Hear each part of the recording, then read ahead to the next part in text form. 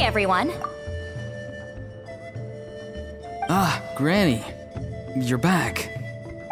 So, no good news for me then? You saw right through me. The Traveler collected a lot of spirits, and I checked all of them one by one. None of them matches Leela's description. I figured. It was written all over your face. It's alright. I didn't exactly have high hopes for the needle in a haystack approach anyway. Leela's condition is still stable, but we're not really getting anywhere. Well, luckily, I made some progress on my end. Leela's parents told me that he made a new friend recently, and apparently he's been out of the house for days at a time. On one occasion, they secretly followed him and saw him and his friend tinkering around with something at a camp. Yeah, some guy who goes by the name Kokuchu, dressed in what looked like Inazuman attire. Is this really all I'll need, Mr. Kokuchu?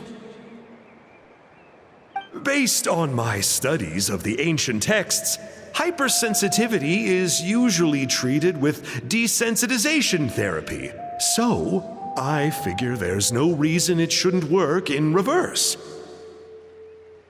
Now, for a poor chap like yourself with no sensitivity to spirits whatsoever, you'll have to completely immerse yourself in spiritually rich substances for this to be effective. I'm electing to name this approach hypersensitization therapy. Is it risky? You're the spirit duffer, not me. I'm sure you're more clued up than I am on the potential consequences of brute force clairvoyance. Ultimately, it's your decision. All right, but I do have one last question. What's in this for you?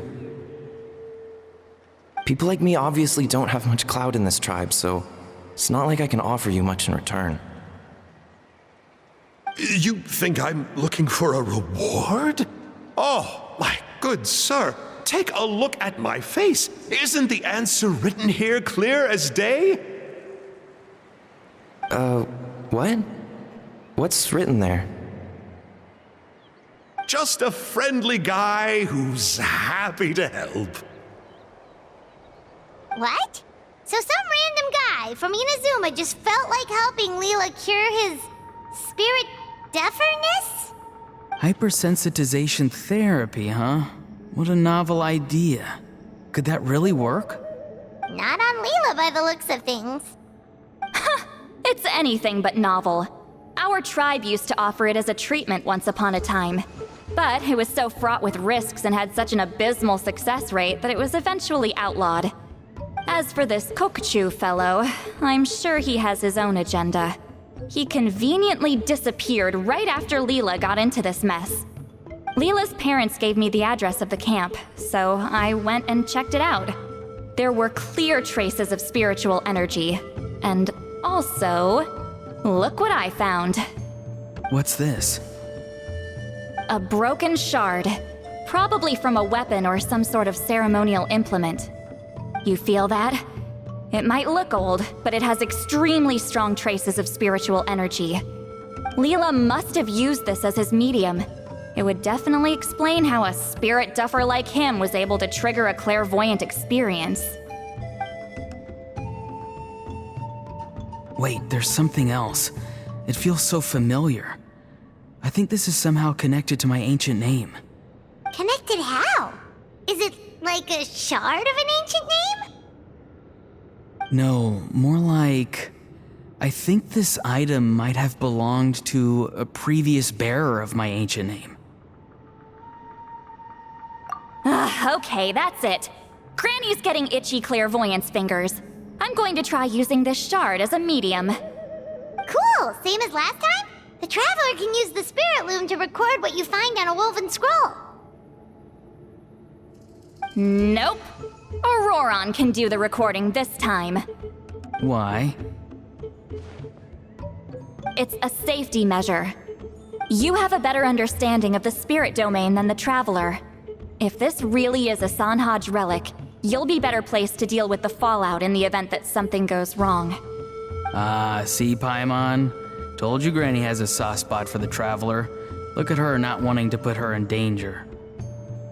Meanwhile, I'm just a grandkid, so I'm expendable.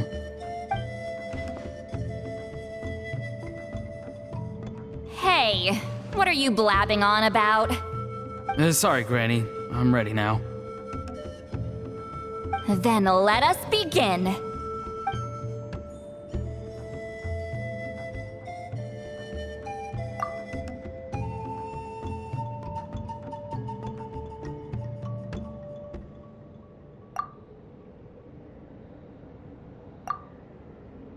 Alright, what's on the scroll this time? Looks like a broken bow covered in flames. Hey, don't you think one of the pieces looks just like this shard? You're right! It seems to be from the body of the bow. I saw a bow just like this in one of Granny's scrolls. Yes, it's the weapon Sanhaj used in the Battle of the Mare Javari. I guess that proves it. This shard is a bona fide Sanhaj relic. Good old Sanhaj. The relic's spiritual energy was fluctuating very strongly, but I wasn't in any danger at all. The Traveler probably would have been fine as well.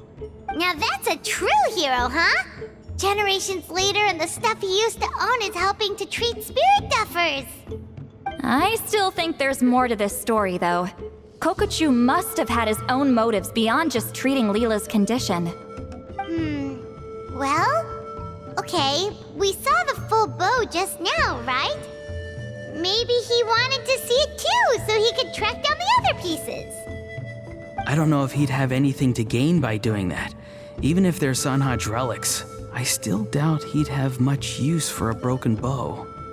Also, why use a spirit duffer in that case? You're basically setting yourself up for failure. Huh? Leela's body is responding! Let me take a look. I can sense a spirit being drawn to the relic. Looks like Granny's plan is working. Leela's spirit is being drawn to the bait. In that case, let me try again. This time using both Leela's body and the shard as mediums. You can do it, Granny. I'm ready to go too. You got the itch too, huh? Plus, Aurora went last time. It's only fair to take it in turns. Fine by me. We know it's safe now, so you shouldn't have any problems.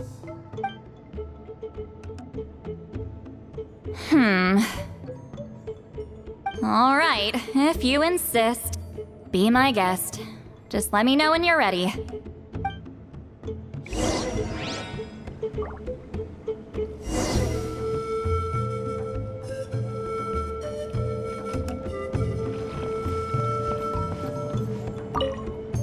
Don't worry.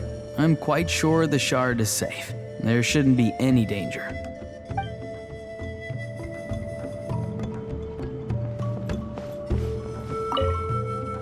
You ready?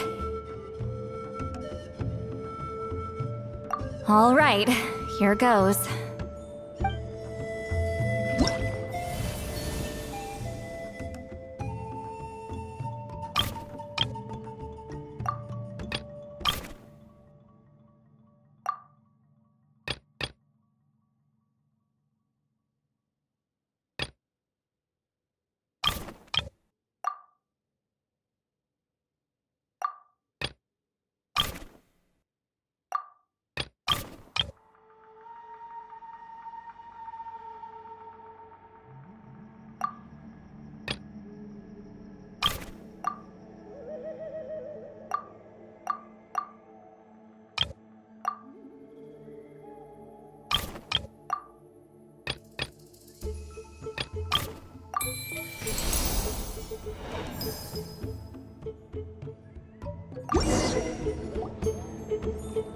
Another image has appeared. This one is a map. A map? Of where? Could it be the Mare Javari? The Mare Javari? The Mare Javari was reduced to a desolate wasteland after that big battle. Or rather, it became known as the Mare Javari after what happened there. The ashes of the monsters and warriors who fought there covered the entire battlefield. Sometimes, bone-chilling cries would be heard from the depths. Other times, the whole region would become engulfed in towering flames, drowning out the cries. That place is full of untold dangers and mysteries. Over the centuries, the finest adventurers have tried to prove themselves by venturing in. Sadly, most ended up perishing there. That lasted up until around 20 or 30 years ago, when strange things started happening. People started speaking of an enormous dark creature the size of a mountain, roaming around inside the Mare Javari. And then, shortly after that, the whole region just completely disappeared. Nobody knows how, but that infamously ominous place just vanished from the face of the world. What? How the heck? I know, right? Anyway, if I'm not mistaken, the place indicated on this map is where it used to be before it disappeared.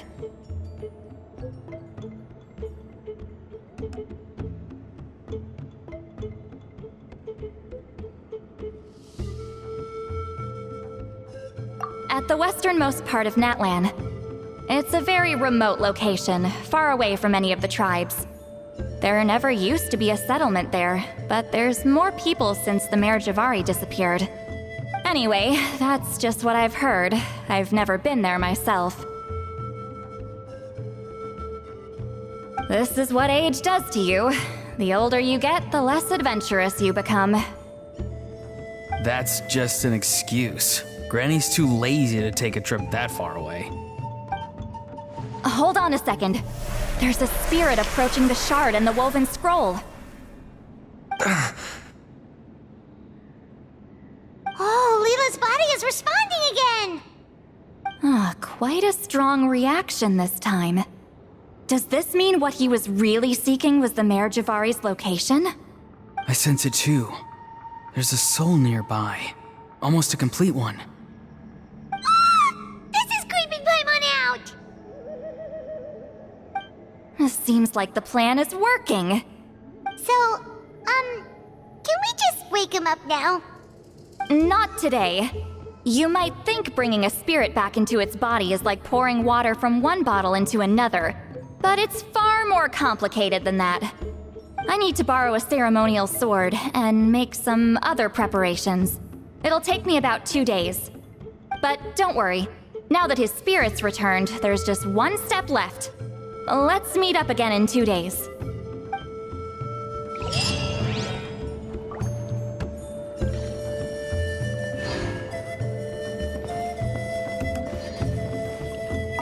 Something about this still doesn't add up for me.